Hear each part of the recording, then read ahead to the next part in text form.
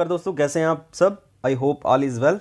आज हम स्टार्ट करेंगे, डिस्कशन करेंगे जो हमने last previous year question paper discuss किया था। उसके हमने फर्स्ट से लेके 50 क्वेश्चन जो डिस्कस किए थे।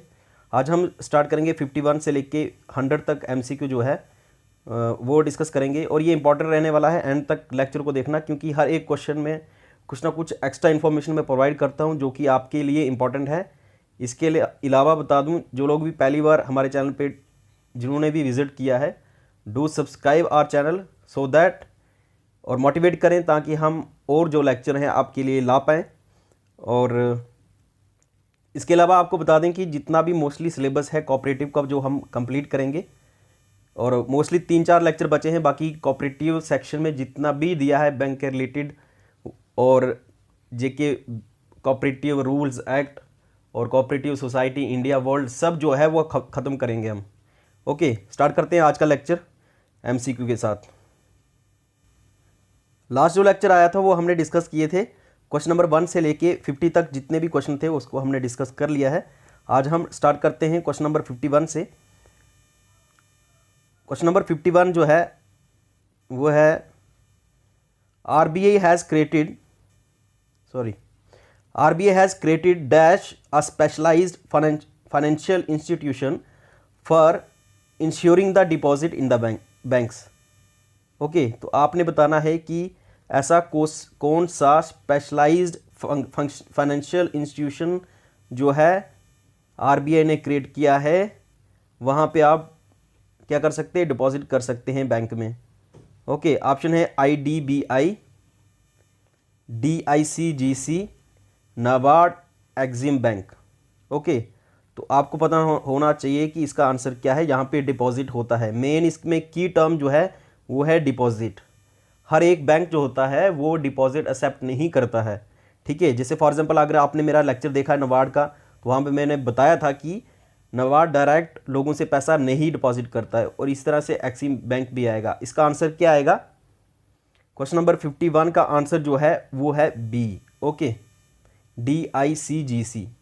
और ये नाबार्ड जो है इनडायरेक्ट लेंडिंग करता है, लोगों को डिपॉजिट नहीं लेता है। और इसका लेक्चर देख लें, अगर कंप्लीट देखना है प्लेलिस्ट में जाएं, सब्सक्राइब करें पहले और प्लेलिस्ट में जाके देख लें। ओके, 52 का जो है question number 52, dash is an agency function of a bank. तो आपने बताना है option A, payment of insurance premium on direction of customer, B, providing locker facility, C, sanctioning a loan to a customer, D, discounting bills of exchange. तो आपने बताना है कि इनमें से कौन सा आंसर है। तो इसका आंसर है ऑप्शन ए जो है ये आंसर है, payment of insurance premium on the direction of the customer is an agency function of a bank. ये मेनली बताया है कि जो बैंक है उसका क्या फंक्शन होता है और कौन सी एजेंसी काम करती है। ओके, काफ़ी सिंपल है, अगर आपने लेक्चर देखा होगा तो आप इसका आंसर दे सकते हैं। ये तो 53 वाला तो बिल्कुल ही आसान है, और जिन्होंने लेक्चर नहीं देखा तो उनको फिर से बोलूँगा कि लेक्चर देख लें। जब तक आपने प्लेलिस्ट में जाकर लेक्चर नहीं देखा तो ये क्वेश्चन इतने सिंपल है, अगर आज आपने प्रैक्टिस नहीं की है तो फिर कभी होने वाले भी नहीं है। ओके, इसीलिए लेक्चर देखें, उसके बाद जितने भी MCQ हैं, क्योंकि हम ऑलमोस्ट 500+ MCQ खाली कोऑपरेटिव पे डिस्कस करेंगे। और ये जो मेरी बुक आई है मार्केट में, ये उसमें शायद से नहीं है, तो ये एक्स्ट्रा जो है प्रोवाइड कर रहा हूँ मैं MCQ। ओके, 53 का जो है, रिजर्व बैंक ऑफ इंडिया जो है वो नेशनलाइज कब हुआ। तो आपको पता है कि RBI जो है, रिजर्व बैंक ऑफ इंडिया, इसका एक्ट बना था 1934 में, और 1935 में बैंक बना था, और इसी को नेशनलाइज किया था कब, 1949 में। ठीक है, 3 इन्फॉर्मेशन आपकी होगी। एक्ट कब पास हुआ, 1934 में, और बैंक कब बना, एस्टेब्लिश कब हुआ, वो हुआ 1935 में। इसके अलावा इन्फॉर्मेशन जो है, नेशनलाइज कब हुआ, नेशनलाइज हुआ 1949 में। ओके, देख लेते हैं इसमें से ऑप्शन कौन सा है। नेशनलाइज की टर्म जो होती है वो पकड़नी होती है, ठीक है। नेशनलाइज की जगह अगर एक्ट होता, इसकी जगह एस्टेब्लिश होता, तो आंसर बदल जाना था। ओके, 26 तो नहीं है, 34 भी नहीं है, 35 भी नहीं है और 49 आंसर। ओके, देखो अगर आपको एक इन्फॉर्मेशन ही पता है ना, एक्ट और एस्टेब्लिश, तो आप इसका आंसर दे सकते हो। इसीलिए मैं बोलता हूँ इंपॉर्टेंट इन्फॉर्मेशन एलिमिनेशन मेथड के लिए इंपॉर्टेंट है।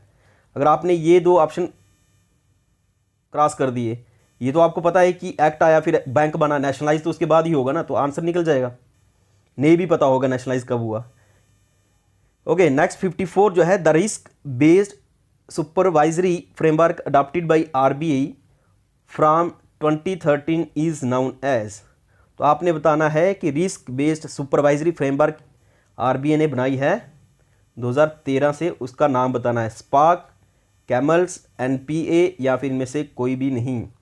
तो 54 का आंसर जो है वो है ऑप्शन ए, स्पार्क जो है आरबीआई ने जो है सुपरवाइजरी फ्रेमवर्क अडॉप्ट किया है। किसने? आरबीआई ने। 55 जो है, the first note issued by independent India was. खतरनाक क्वेश्चन है ये कि फर्स्ट नोट जो है कौन सा इशू किया था जब इंडिया इंडिपेंडेंस हुआ था। तो 15 अगस्त 1947 को हमारे देश को आज़ादी मिली। किससे? ब्रिटिश से। तो आपने बताना है कि देश जब इंडिपेंडेंट हो गया था तो उसके बाद फर्स्ट नोट कौन सा इशू किया गया था, और पीस 1 नोट और P10 नोट या फिर दोनों या फिर इनमें से कोई भी नहीं। तो 55 का आंसर है P1 नोट। ओके, और P1 नोट जो है ये इशू किया गया था इंडिपेंडेंट के बाद। ओके, 55। इसके अलावा आपको P1 नोट के बारे में क्या पता होना चाहिए कि इस पे जो सिग्नेचर होते हैं, ठीक है, साइन जो होते हैं, वो कौन करता है? वो करता है सेक्रेटरी ऑफ फाइनेंस मिनिस्ट्री। ठीक है, of finance ministry. Finance minister tick नहीं करना है। ओके, फाइनेंस मिनिस्ट्री का जो सेक्रेटरी होता है, जो कि आईएएस की पोस्ट के कद का होता है, ठीक है, कैडर जो होता है आईएएस का होता है, वो जो सेक्रेटरी है वो साइन करता है, उसका काम ही यही होता है। ओके, और P1 के ऊपर साइन करना। बाकी जितने भी नोट इशू होते हैं, इसके अलावा आपको पता होना चाहिए कि जितने भी नोट इशू होते हैं इंडिया में, वो कौन करता है? आरबीआई का गवर्नर, सॉरी, साइन कौन करता है? आरबीआई का गवर्नर। लेकिन इशू डिपार्टमेंट जो है वो अलग होता है, आरबीआई का इशू डिपार्टमेंट अलग होता है नोट को इशू करने के लिए। बट साइन कौन करता है? जितने भी नोट होते हैं उस पर आरबीआई का गवर्नर के साइन होते हैं। आपके पास नोट होंगे ना, 10 रुपये के तुरतुरे, 10 रुपये के नोट या फिर 100 रुपये का नोट, 1000 रुपये का नोट, जितने भी होंगे उसमें देख लेना कि कि कौन से साइन किया गया है, किसका साइन होता है। ओके, नोट लेना है, उसके नीचे देखना है किस गवर्नर ने साइन किया गया है। तो हर एक नोट पे आपको साइन दिखेगा। अगर 1 रुपये का नोट लेंगे उस पर साइन किसी और का होगा, वो किसका होगा? Secretary of finance minister. ये इंपॉर्टेंट इन्फॉर्मेशन है जो आपको पता होनी चाहिए। ये बुक में लिखी है जो मैंने पब्लिश की है, उसमें तो बुक में है, लेकिन एक्स्ट्रा इन्फॉर्मेशन मैंने डिस्कस नहीं किया है, तो ये डिस्कस कर दिया हमने। ओके, इसका आंसर है ए। 56 जो है, आरआरबी जो है, मोस्टली जितने भी एस्पिरेंट हैं उन्होंने आरआरबी का लेक्चर नहीं देखा है, रीजनल रूरल बैंक का। सो प्लीज़ उस लेक्चर को भी देख लें, वो भी आपके लिए ही है, ठीक है, क्योंकि ये भी उसी में आता है। और एक और बात बताऊँ, जितने भी बैंक के टॉपिक है ना, बैंक के रिलेटेड, या आपके इकॉनमी में भी कंसेप्ट जो है वो इंपॉर्टेंट है। जैसे आपके सिलेबस में इकॉनमी है, तो जो रोल ऑफ आरबीआई है, रोल ऑफ आरबीआई और मॉनेटरी पॉलिसी, ये आपके साइंस का भी टॉपिक है, सॉरी साइंस नहीं, इकॉनमी का भी टॉपिक है, तो ये आपको आना चाहिए। ओके, और वो आपने देख लेना है फिर से। The regional rural bank, state cooperative bank, district central cooperative bank are regulated by. ये बहुत ही इंपॉर्टेंट क्वेश्चन है, 56 वाला क्वेश्चन है, काफ़ी इंपॉर्टेंट है। आपने बताना है कि आरआरबी स्टेट कोऑपरेटिव बैंक और डिस्ट्रिक्ट सेंट्रल कोऑपरेटिव बैंक जो है, इनको रेगुलेट कौन करता है? National housing bank, ministry of company affair, NABARD या फिर IRDA। अगर आपने लेक्चर देखा, इसका आंसर आप बता सकते हैं। 56 का जो आंसर है वो है सी, नाबार्ड जो है इनको रेगुलेट करता है। ओके, किसको? आरआरबी को, स्टेट कोऑपरेटिव बैंक और डिस्ट्रिक्ट सेंट्रल कोऑपरेटिव बैंक। और अभी रिसेंटली जो है जून 2021 में कुछ डाटा चेंज हुआ है, वो लेक्चर देख लें, पता चल जाएगा। इसके अलावा 2020 में पार्लियामेंट ने एक्ट पास किया है, उसमें पावर जो है आरबीआई को दे दी गई है, किसके लिए? कोऑपरेटिव बैंक के लिए। ओके, कोऑपरेटिव बैंक्स के लिए रेगुलेटरी और बाकी पावर्स आरबीआई को दी है, वो इन्फॉर्मेशन पता होना चाहिए। 2020 के एक्ट पास हुआ है पार्लियामेंट, ऑर्डिनेंस पास हुआ है पार्लियामेंट में। ओके, वो हमने डिस्कस कर लिया है, लेकिन आपको बता रहा हूँ जो पहली बार देख रहे हैं। ओके, ये इंपॉर्टेंट क्वेश्चन है, इसको बोलना नहीं है। Next 57, bank of Calcutta and bank of Bengal were the names of dash banks. आपने बताना है कि आरबीआई का नाम था, एसबीआई का, कैनरा बैंक या फिर central bank of India. Okay, bank of Calcutta and bank of Bengal were the names of dash bank. तो आपको इसका आंसर बताना है 57 का। तो एसबीआई का, इसका आंसर है बी पार्ट, 57 का B part. SBI state bank of India जो आज की डेट में है, उसका नाम पहले क्या था? Bank of Calcutta and bank of Bengal. और एसबीआई से पहले क्या था? एक्चुअल में इंपीरियल बैंक ऑफ इंडिया था। Okay, imperial bank of India जो कि 1921 में बना। ठीक है, इसी को कन्वर्ट किया 1955 में एसबीआई। ठीक है, पहले इसका नाम था इंपीरियल बैंक ऑफ इंडिया, 1921 में बना। उसके बाद 1951 में खिचड़ी बन गई है, इंपीरियल बैंक, उसके बाद एसबीआई, इसी बैंक को बनाया।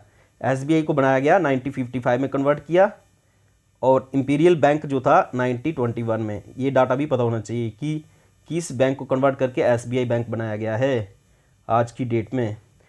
इसके अलावा ना आपको प्राइवेटाइजेशन ऑफ बैंक आना चाहिए, क्योंकि ये क्वेश्चन काफ़ी इंपॉर्टेंट है। प्राइवेटाइजेशन ऑफ बैंक मतलब ये हुआ कि जितने भी बैंक हैं उनको प्राइवेटाइज किया गया है। तो एक्चुअल में होता क्या है प्राइवेटाइजेशन और क्या कंसेप्ट है, उसके लिए लेक्चर देख लें, वो करंट अफेयर है। और ये अकाउंट असिस्टेंट में ऑलरेडी क्वेश्चन आ चुका है।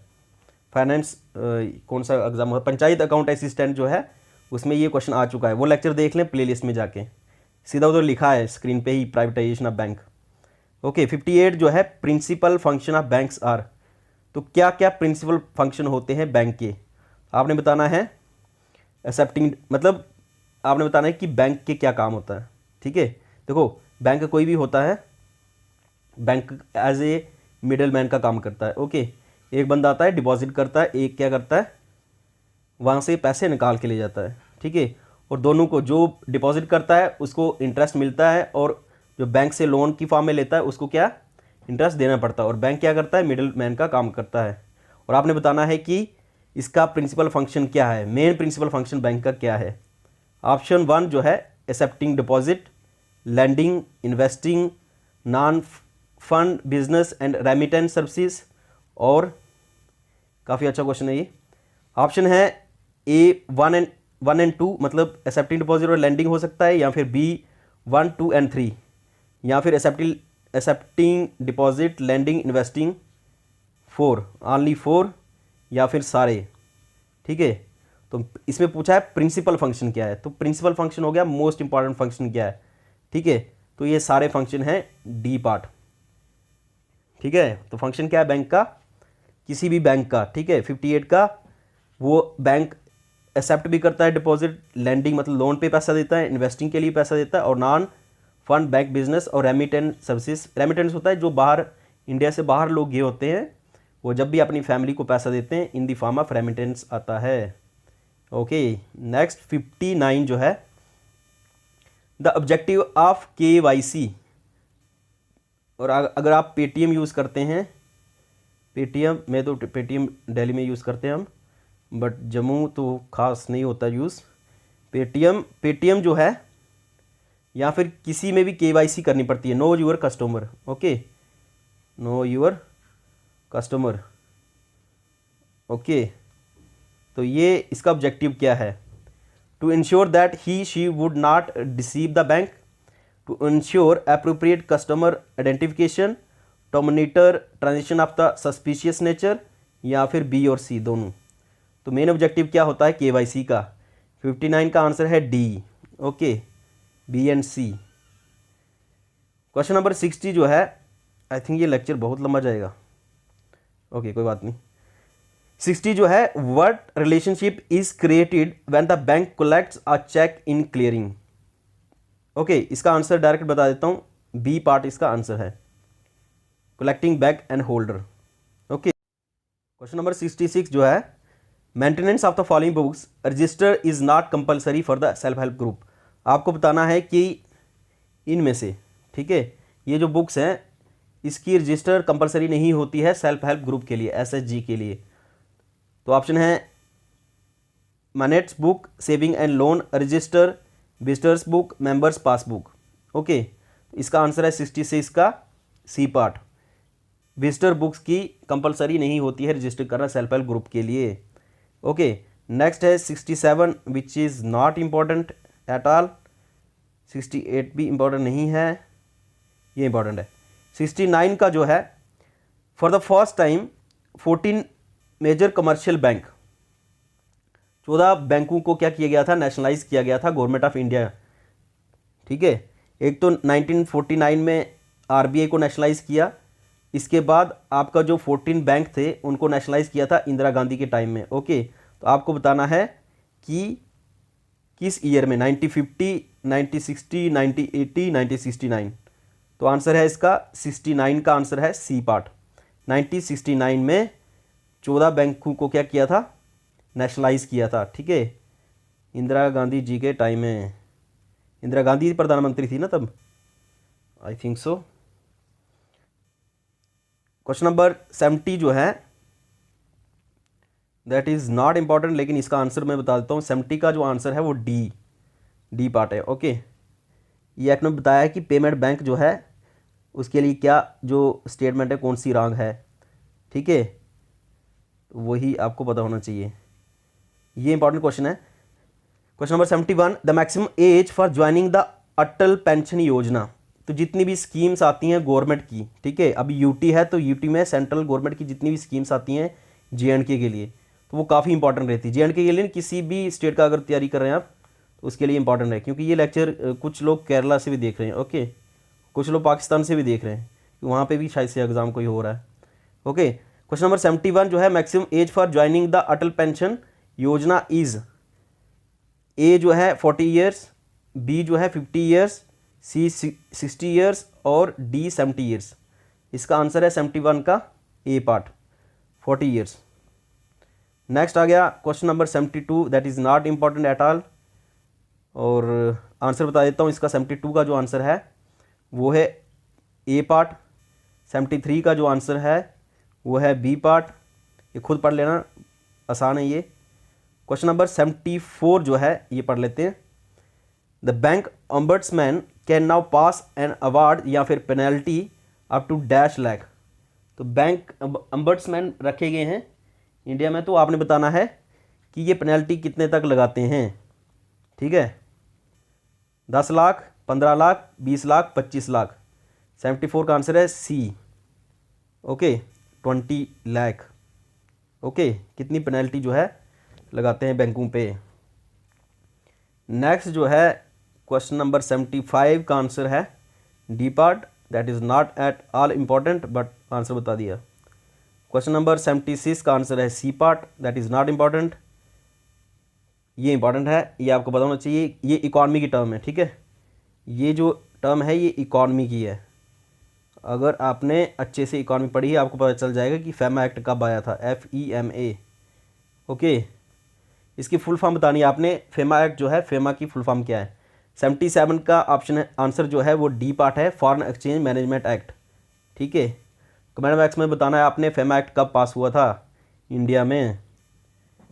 ओके, नेक्स्ट जो है क्वेश्चन नंबर 78 जो है बिल्कुल इंपॉर्टेंट नहीं है, लेकिन आंसर इसका है डी पार्ट। क्वेश्चन नंबर 79 जो कि इंपॉर्टेंट नहीं है एग्जाम पॉइंट ऑफ व्यू से, इसलिए इसका आंसर है सी पार्ट। ये इंपॉर्टेंट है। 80 जो है, क्वेश्चन नंबर 80 जो है, an entity can be termed as a bank.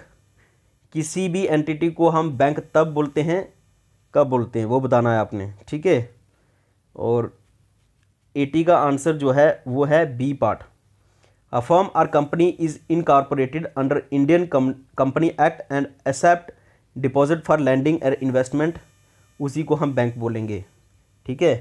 Bank कब बोलेंगे किसी भी एंटिटी को? जब वो इंडियन कंपनी एक्ट में रजिस्टर करेगी पहली बार, ठीक है।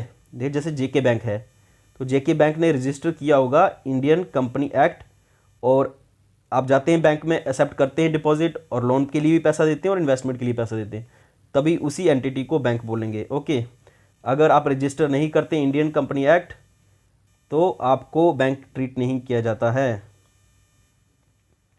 क्वेश्चन नंबर 81 इंपॉर्टेंट नहीं है, इसका आंसर डी है, आपको पता होना चाहिए। क्वेश्चन नंबर 82 जो है, demand deposits are those which can be withdrawn. ये अकाउंट का जो है, अकाउंट का दिख रहा है आंसर, ठीक है, लेकिन है इकॉनमी का भी, ये रिलेट करके बोले। 82 जो है, demand deposit are those which can be withdraw, तो इसका आंसर जो है 82 का वो है B part, on demand. Okay, 83 जो है ये इंपॉर्टेंट नहीं है, नहीं पढ़ना है, आंसर बता देता हूँ, इसका बी पार्ट इंपॉर्टेंट है। ओके, नेक्स्ट 84 जो है उसका आंसर है सी पार्ट, ये देख लेना आपने। 85 का आंसर है delegation of power under a trust is. 85 का आंसर ए है, इंपॉर्टेंट नहीं है इसलिए डिस्कस नहीं करेंगे। ये इंपॉर्टेंट है, ये इकॉनमी के लिए इंपॉर्टेंट है, इकॉनमी का टॉपिक है आरटीजीएस। अगर आपने ऑनलाइन कभी भी किसी को ट्रांजेक्शन की है, पेमेंट की है, तो आपको पता होगा आरटीजीएस क्या होता है। कमेंट बॉक्स में इसका आंसर दे, आरटीजीएस की फुल फॉर्म क्या होती है। ओके, जिन लोगों ने इकॉनमी पढ़ी होगी उसको इसका आंसर आता होगा। इसका आंसर जो है 86 का जो है बी है। जब इकॉनमी डिस्कस करेंगे हम तब इसका आंसर देंगे, डिटेल पढ़ के फिर आंसर का मज़ा आएगा, लेकिन अभी मैं आंसर बता देता हूँ, ठीक है। नेक्स्ट आपका आ गया 87 जो है, security features available with smart cards are. कौन कौन सी सिक्योरिटी फीचर जो है स्मार्ट कार्ड के लिए हैं, अवेलेबल हैं? Option A multiple pins, retinal pattern verification, C dynamic signature verification, D all of the above. तो आपने बताना है कि कौन कौन सी सिक्योरिटी जो फीचर्स हैं स्मार्ट कार्ड के लिए होती हैं, अवेलेबल हैं। तो इसका आंसर क्या रहेगा 87 का डी पार्ट सब। देखो आपके पास एटीएम कार्ड होगा ना, उसके लिए आपके पास मल्टीपल पिन्स मतलब हो गया, पिन पासवर्ड भी होगा, और कई जो होते हैं वो कैसे रखते हैं, रेटिनल पैटर्न वेरिफिकेशन। जब पेटीएम यूज़ करते हैं ना आपको, तो वो पासवर्ड रखना पड़ता है। दूसरी बात सिग्नेचर वेरिफिकेशन भी कुछ ऐसी होती है। तो ये सारी जो है, ये इसकी कार्ड की बता रहा हूँ, किसकी, एटीएम कार्ड की, लेकिन ये स्मार्ट कार्ड जो दूसरा होता है उसके लिए ये फीचर है। Okay, demand draft is issued by the bank to be valid for multiple pins. Okay, जब भी आप डीडी बनाते हो तो वो वैलिड कितनी देर तक रहता है, ये इंपॉर्टेंट है। 88 का आंसर है बी पार्ट, 6 मंथ के लिए। ओके, 89 दोबारा वही क्वेश्चन आया है। 90 इंपॉर्टेंट नहीं है, 91 भी इंपॉर्टेंट नहीं है, 92 भी नहीं है, 93 भी नहीं है, इसके अलावा 94 भी इंपॉर्टेंट नहीं है, जो हम डिस्कस ही नहीं करेंगे। एक कंप्यूटर का क्वेश्चन पूछा है 95 जो है, the small memory which can kept inside a central processing unit is referred as. आपको बताना है कौन सी स्मॉलेस्ट मेमोरी जो होती है कंप्यूटर की, जिसको सीपीयू, ठीक है, इनसाइड द सीपीयू होती है। ब्रेन ऑफ द कंप्यूटर किसको बोलते हैं, सीपीयू को बोलते हैं ना। रेफर करते हैं रैम, रोम, रजिस्टर, ड्राइव। तो इसका आंसर क्या है 95 का, इसका आंसर है सी। ओके, नेक्स्ट जो है, the network device that can read the MAC address of source and destination computer is. तो ये इंपॉर्टेंट क्वेश्चन है, जो 5-6 क्वेश्चन इसके बाद हैं, ये मोस्टली कंप्यूटर के हैं, और आपके सिलेबस में भी कंप्यूटर मेंशन है, टेलीकम्युनिकेशन, और ये इंपॉर्टेंट है, ये आप पढ़ लें। ओके, जिधर से भी पढ़ रहे हैं कंप्यूटर का, लेकिन ये आपको आंसर आना चाहिए। 95 का आंसर है सी पार्ट, रजिस्टर। 96 का है the network device that can read MAC address of source and destination computer. उसको क्या बोलते हैं, ब्रिज, रिपीटर, हब या फिर स्विच। तो 96 का आंसर है ब्रिज, ए पार्ट। ओके, नेक्स्ट आ गया, विच of the following is not a search engine. आपको बताना है इनमें से कौन सा जो है सर्च इंजन नहीं है। ठीक है, Yandex, find, start page, duck go. Okay, 97 का आंसर जो है वो है बी पार्ट। फाइंड जो है वो सर्च इंजन नहीं है। इसके अलावा इंपॉर्टेंट है ये 98 वाला, विच of the following is correct code while designing a web page. आपको बताना है जब भी आप वेब पेज बनाते हैं, उसको डिज़ाइन करते हैं, तो इसका करेक्ट कोड क्या है।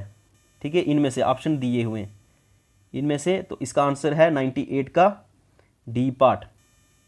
ओके, ये ऐसे याद कर लें। और इसके अलावा HTML की फुल फॉर्म क्या है वो मेरे को कमेंट बॉक्स में बताएं। इसके अलावा HTTP